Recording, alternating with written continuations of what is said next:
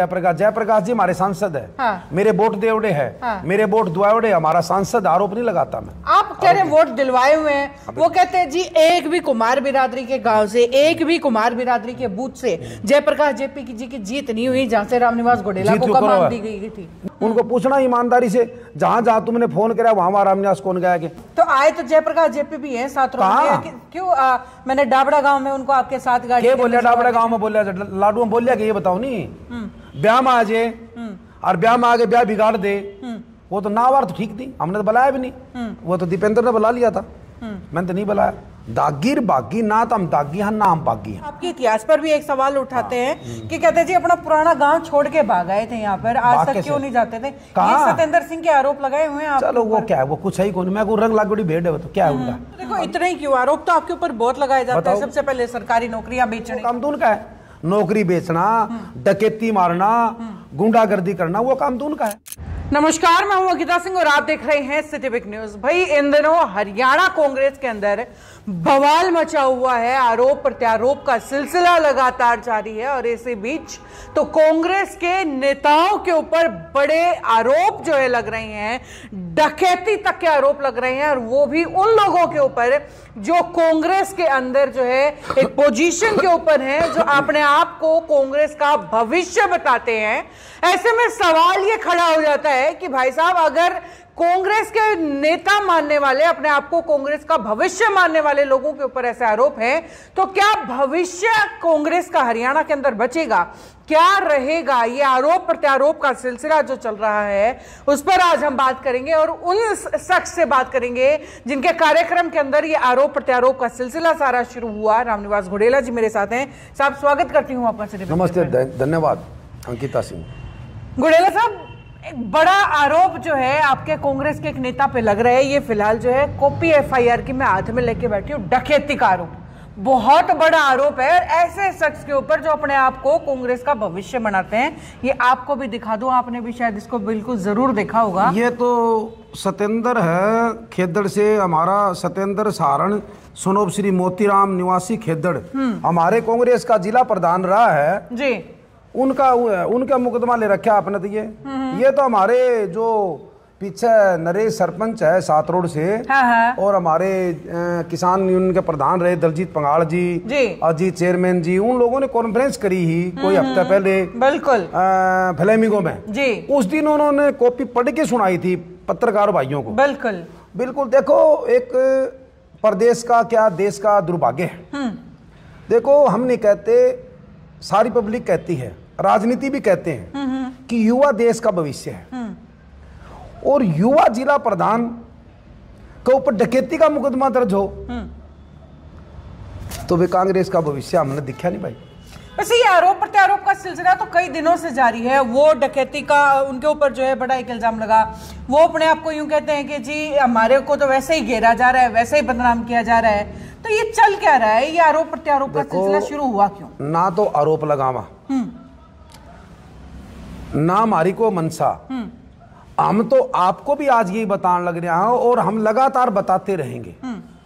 Election हुआ, election के अंदर जो हमारे जयप्रकाश जी सांसद हैं हिसार से, उनके भाई है रणधीर सिंह धीरा, एक्स एमएलए जींद से जी, कलायत से, उनकी जो एक वीडियो वायरल हुई, वो किसी भाई सात रोड का कोई भाई है उससे बात कर रहे हैं, उसके अंदर नीरा जाति पाति की बात है। हमारे को और पूरे देश और प्रदेश के जितने भी लोगों ने वीडियो देखी, कई लाख लोगों ने देखी, तो उस बात पे इनके परिवार की तरफ थू थू हुई कि ये लोग इतनी नीचे गिर गए, इतने नीचे गिर गए कि एक विशेष जाति का नाम लेके ये कह रहे हैं कि भाई अगर इनको टिकट ये जीत गए तो भाई तड़का तो और किसी की बारी नहीं है। तो देखो, ऐसी किसी की ऐसी बात नहीं। तो ये बातें आरोप तो लगाते नहीं। आप आगे, आपको हमने बुलाया नहीं, आप आगे हमारे से पूछ लिया, हमने आपको बता दी। तो देखो भाई, हमारा ये मानना है देश और प्रदेश में 36 बिरादरी में हर आदमी को रहने का और जीने का अधिकार है, और चुनाव लड़ने का अधिकार है। वैसे सत्येंद्र सिंह आप पे खूब आरोप लगाते हैं, लेकिन मैं आज तक समझ नहीं पाई कि सत्येंद्र सिंह की आपसे क्या निजी दुश्मनी है। क्यों जो है आपको अक्सर आप जो है जयप्रकाश जी को लेकर के सवाल पूछते हैं और जवाब देने के लिए सत्येंद्र सिंह जी आ जाते हैं। सत्येंद्र सिंह की तो क्या बताऊं मैं, वो हमारा दलजीत पंगाल कहता, मेरे को बड़ी हंसी आई। दलजीत पंगाल जब कॉन्फ्रेंस करी तो उन्होंने कहा वे रंग लागोड़ी भेड़ है। मैं उसने पूछा रहा ये क्यों हुआ रंग लागोड़ी भेड़ है? बोला पूरा टोल हुआ, उस टोला में कोई भेड़ नहीं खूजे नहीं, उनका रंग लगा दे रहा है। बोले वे जवाब दे, ऐसी कोई बात नहीं। सत्येंद्र की मेरा क्या है? सत्येंद्र आपका काम करे, मैं मेरा काम करूं, और हम तो बात बताओ। हाँ, उस बात बताने में मेरे ऊपर क्या आरोप लगाएगा सत्येंद्र? मैं बिल्कुल साफ आदमी हूं। वो इन्हों का दागीर बागी, दागीर बागी ना तो हम दागी हैं ना हम बागी हैं। चुनाव लड़ना हर आदमी को अधिकार है। चुनाव हमने ईब भी लड़ा, चुनाव हम आगे भी लड़ांगा। कोई पार्टी टिकट देगी तो चुनाव लड़ांगा, नहीं देगी तो चुनाव लड़ेंगे। हम फिर कहने लग रहे हैं चुनाव लड़ना बागी नहीं है। बागी वो होता है पार्टी में रह के दूसरों को टिकट वोट दुआए, जैसे कि इन लोगों ने करे। अब जयप्रकाश जी से लग जाओ, और जयप्रकाश जी के नीचे जो 55-60 आदमी काम करते हैं हिसार के अंदर, इन लोगों ने जो बेरा है, सब ने बेरा हाईकमान तक हमने पूरी रिपोर्ट दे दी है। हाईकमान तक हमने बता दिया है कि इन लोगों की ये फुटेज है, ये वीडियो है, कहीं को सरसोद गया है, कहीं को बगाने गया है, सारा जा जाके मारा का बात आ रही है। ये होते हैं बागी। चुनाव लड़ना बागी नहीं है। चुनाव लड़ना वे लड़े, कोई दिक्कत नहीं। हम कहते हैं चुनाव लड़ो, पार्टी के अंदर रह के पार्टी की मुखालफत ना करो, हम ये कहते हैं। और बाकी उन लोगों ने बताया, मैं फिर बताना चाहता हूं। अच्छा इन्हू बताओ भाई, जो मुकदमा सीडी का मेरे ऊपर है, वो मुकदमा विनोद बियाना के ऊपर भी है, जो 2 बार लगातार एमएलए बन गया। दूसरी बात, वही मुकदमा मेरा भाई नरेश सेलवाल पे है। नरेश सेलवाल का तो दफ्तर संभाल है, सारे काम करे है। जयप्रकाश जी विनू का इस भाई ने जिताइयो, अच्छी बात है, मेरा भाई है, नरेश है, मेरे को दुख नहीं है। और जर्नैल सिंह में भी है, रामकिशन फौजी में भी, राव नरेंद्र में भी है। ये झूठे मुकदमे तो आज 12 साल होगी उस बात को। तो न्यू बताओ हम दागीर बागी कौन सा पासों? सिर्फ पत्रकारों के सामने बोलने से हम दागी हो गए? 12 साल होगी, कोई आरोप तय होया तो बताओ। मुकदमा उन्होंने कर दिया, सरकार ने करा दिया, सरकार बदल गई, बदलते मुकदमा हो गया, ठीक है नहीं? तो क्या उसमें हम बागी हो गए? हम क्या दागी हो गए? वैसे आरोप तो देखो इतने ही क्यों, आरोप तो आपके ऊपर बहुत लगाए जाते हैं। सबसे पहले सरकारी नौकरियां बेचने का। नहीं, वो धंधा तो उनका है। जब डकैती का मुकदमा उनके ऊपर है, डकैती का मुकदमा उनके ऊपर है, नौकरी बेचने का अगर न्यू बताओ, अगर मेरे ऊपर नौकरी बेचने का आरोप लगाता है, कोई सबूत है उनके पास? किसी ने आज तक कही? मैंने 4 चुनाव लड़े हल्के के अंदर जाकर, और हल्के के अंदर हमने हर चौपाल में जाके मैंने वोट मांगे हैं, जनरल चौपालों के अंदर जाके। हमारे किसी ने कहा वो काम तो इनका है जी। जो लोगों से कुवाते हैं वो काम तो उनका है। नौकरी बेचना, डकैती मारना, गुंडागर्दी करना, वो काम तो उनका है। हमारा काम थोड़ा है। हम तो बड़े सभ्य इंसान है, सभ्य घर में पैदा हो रहे हैं। हमारा धंधा है, हमारी दुकानदारी है। हमारा जिस दिन हमने चुनाव लड़ा, मेरा 40 एकड़ जमीन थी। और जो ये लोग और लोग हैं, इनको पूछो आज से 20, 30, 50 साल पहले कितनी जमीन थी, पूछ लेना आप। 50 साल पहले का इतिहास ले लो और 40 साल पहले का मेरा ले लो। अच्छा, इतिहास का जिक्र आपने किया है तो आपके इतिहास पर भी एक सवाल उठाते हैं कि कहते हैं जी अपना पुराना गांव छोड़ के भाग आए थे यहाँ पर, आज तक क्यों नहीं जाते थे? ये सत्येंद्र सिंह के आरोप लगाए हुए हैं। चलो वो क्या है, वो कुछ है ही कौन, मैं को रंग लागोड़ी भेड़ है, तो क्या है उनका? अब नू बताओ, गाँव से शहर में आना को गलत है?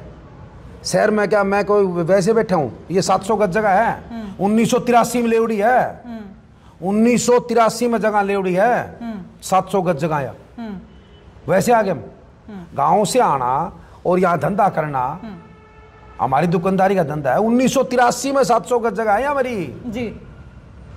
1989 में जीप लेके आया था मैं, 1968 में स्कूटर था हमारे, उनका साइकिल भी कोनी होगी, मैं ये बताना चाहता हूँ आपको उन लोगों के पास। 1968 में मेरे पिताजी स्कूटर ले आए थे।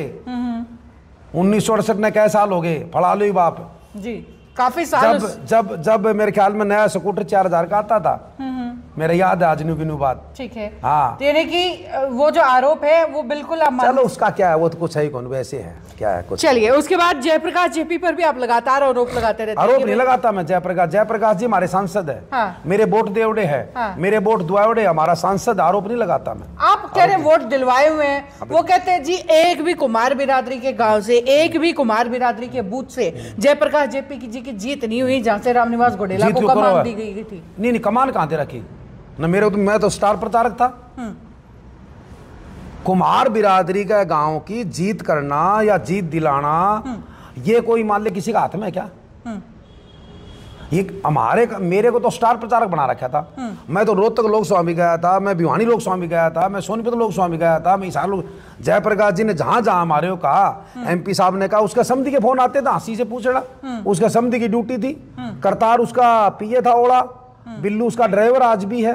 पूछना, उनको पूछना ईमानदारी से, जहां जहां तुमने फोन कराया वहां वहां रामनिवास कौन गया के। अगर वे न्यू कह देंगे नहीं हमने फोन कौन कराया, तो मेरी जवाबदेही है। अगर वो न्यू कहा नहीं गया तो मेरी जवाबदेही है। जहां जहां उन्होंने फोन करे वहां वहां मैं गया हूं। तो आए तो जयप्रकाश जेपी भी है साथ में, क्यों मैंने डाबड़ा गांव में उनको आपके साथ गाड़ी के बोलिया, डाबड़ा गांव में बोलिया, लाडू में बोलिया कि ये बताओ नहीं ब्याह में आ जाए और ब्याह में आगे ब्याह बिगाड़ दे। वो तो नावार तो ठीक थी, हमने तो बुलाया भी नहीं। वो तो दीपेंद्र ने बुला लिया था, मैंने तो नहीं बुलाया। तो अब ये जो आपसी फूट है जिसकी वजह से कांग्रेस का बंटाधार हो रहा है, लगता है कि कांग्रेस उभर पाएगी? ऐसे यूं ही ये आरोप प्रत्यारोप का सिलसिला चलता रहा, यूं ही अंदर खाते ये जो है मार चलती रही, अंदर खाते जो है ये चीजें चलती रही, तो क्या कांग्रेस कभी उभर पाएगी? देखो, एक तो जो आपने जैसे कहा नहीं भाई, वे लोग न्यू कहे, वे लोग कौन कब है? जयप्रकाश जी से कुआ दियो कि रामनिवास ने तेरी मदद करी, कौन करी? जयप्रकाश जी ने तो पता नहीं कौन सी गुटेल ले रखे, बोलते ही नहीं। ना जयप्रकाश जी से पूछा था, पत्रकार है दीपेश, मैं देखी थी। जयप्रकाश जी से पूछा अगर रामनिवास ने मदद करी कि नहीं करी, बोले मैं नहीं कहता कि मैं भी। जयप्रकाश जी ये कह दे कि मेरी मदद कौन करे तो मान जाऊंगा मैं। जयप्रकाश जी ने जब ये लोकसभा के सांसद बने, हम चंडीगढ़ गए थे, मैं भी वहीं था, दीपेंद्र हुड्डा वहीं थे, और पीछे पब्लिक से मिलने लग रहे थे। जयप्रकाश जी मिले एमपी साहब से, मिलने के बाद मैंने कहा बोल भाई, खुद ईमानदारी की भगवान की कसम खाया कहता हूं, दीपेंद्र जी को ये कहा था कि रामनिवास ने मेरी मदद करी, कैसे ना हटेगा मेरी मदद के लिए। मैं आपके चैनल के माध्यम से एक बात और कहना चाहता हूं, इनके लिए मैं 1000 आदमी गिना दूंगा इनके, कि इन लोगों ने मेरी मुखालफत करी।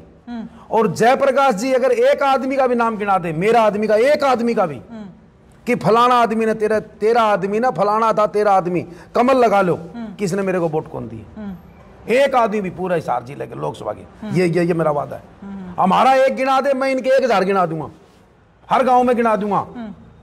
आज ये लोग प्रेस कॉन्फ्रेंस कर रहे हैं कांग्रेस भवन में बैठ के, उसमें पीडब्ल्यूडी रेस्ट हाउस ईश्वर मोर विधानसभा में झंडा लगा रखा लोकदल का, नाम लेवा तो बड़े मारी बेइज्जती भी है।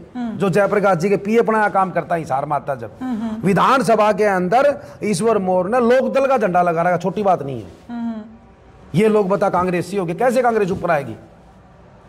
कैसे कांग्रेस? सवाल तो यही है कि मेरे को तो लगता नहीं कांग्रेस इस हालत में तो कभी ऊपर आएगी। तो जरूरत कौन नहीं, जब तक अच्छे आदमियों को साथ लेके नहीं चलेंगे कांग्रेस ऊपर नहीं आएगी। हमारी विचारधारा कांग्रेस है, हम जन्मजात कांग्रेस, हम कभी कांग्रेस के खिलाफ नहीं जा सकते। बाकी रही कई बात यार, ये लोग हमारे से जवाब मांगे जो लोकदल को वोट देते हैं, न्यू कब अपना नहीं दे दियो, ये भाषा ही हमारा समझ में को नहीं। और तो देश में कोई पैदा नहीं हो रहा। मेरा याद है जब 2009 के अंदर मैंने चुनाव लड़ा था, तब भी इन लोगों की यही मनसा थी। छाजूराम नंबरदार जेवरा गांव का एक्सपायर हो गया 2009 में, उसने मेरे को बताया था कि मेरा फोन आया था फलाना आदमी का, भला अपना गांव वाली देने हैं। अरे कांग्रेस का तू आदमी, जेवरे की शीला बयान जी जब खड़ी थी, तो ये काम इन लोगों के हमेशा ये काम है। अब कितनी की बारी हम आपको बताएं, कितनी की बारी हम पत्रकारों को बताएं। अब बात यह है, मैं बताऊं, कांग्रेस पार्टी के नेताओं को हमारा सुझाव है, जयप्रकाश जी हमारे सांसद हैं, हमारे आदरणीय हैं, कभी हम गलत नहीं बोलते, ठीक है नहीं, हमने वोट देके उनको बनाया है, ठीक है। अगला जिस दिन वो कह देगा रामनिवास ने हमारी मदद नहीं करी, अरे इनका मैं क्या जवाब दूंगा? जो नीचे रहने वाले आदमी उनका क्या है, मदद कौन करी? अरे मुखालफत तो बताओ, एक आदमी का नाम है, हमने मदद नहीं करी, मान लिया मदद नहीं करी, मुखालफत बताओ। और मैं तारी मुखालफत 1000 बता दूंगा, हर गांव के लादी बता दूंगा, मेरे पास नोट है, हर गांव के लादी बता दूंगा। तो ये क्या लगता है कि क्यों ये नाराजगियां शुरू हुई? रामनिवास घोडेला से ऐसा कौन सा डर था इन लोगों को? डर, हाँ, अरे क्या ये डर था ये? अरे देखो इतना डर, मेरे से इतना डर है ये लोग, जिस दिन वोट पड़े तो उधर बीजेपी गिरा के कभी ये भी नहीं जीत जे, कि इतनी मुखालफत करने बाद में इनको इतना डर हो गया कभी यो आदमी ये भी नहीं जीत जे, इन्होंने बैसाखी टाइम पर बीजेपी गिरवा दिए वोट है। हमने तो ये है क्यों, क्या लगता है कारण क्या है इस का? मेरे अंदर भगवान की दया से, परमात्मा की दया से इतनी शक्ति मेरे अंदर दे रखी भगवान ने कि मैं बहुत मेहनत करता हूँ, और मेहनत करता हूँ तो इस हार के अंदर मेरी पूरी है, पब्लिक के अंदर पकड़ आई। हमने 14 तारीख का प्रोग्राम किया, 36 बिरादरी के साथी मेरे उस प्रोग्राम में आए। कांग्रेस पार्टी ने किसी ने हिम्मत तो नहीं करी प्रोग्राम करने की, तो भाई देखो कोई बात को नहीं, ये आपका कर लेंगे, आप मारा करा, ठीक है नहीं। और बढ़िया बात है, हम तो किसकी मुखालफत तो नहीं करते ना, हम क्यों बयानबाजी देते, हमने तो आपको बात बताई है। भाई देखो, अगर इस देश में प्रदेश में अगर किसी ने राजनीति करनी तो जात पात की नहीं करनी चाहिए, जैसे कि ये लोग करते। मेरी ये प्रार्थना। चलिए, बहुत बहुत शुक्रिया आपका हमारे साथ। Thank you. तो भाई ये है हमारे साथ रामनिवास घोडेला, जिनसे कई सवाल जो आजकल हरियाणा की राजनीति के अंदर घूम रहे हैं वो सवाल हमने पूछे, जो आरोप प्रत्यारोप एक दूसरे के ऊपर लगाए जा रहे हैं उनके ऊपर चर्चा की है। और ये सिलसिला यहीं तक आगे भी लगातार खबरें आपको यूं ही दिखाते रहेंगे। जुड़े रहिएगा हमारे साथ। नमस्कार, एक बार फिर से आपका बहुत बहुत थैंक यू, धन्यवाद।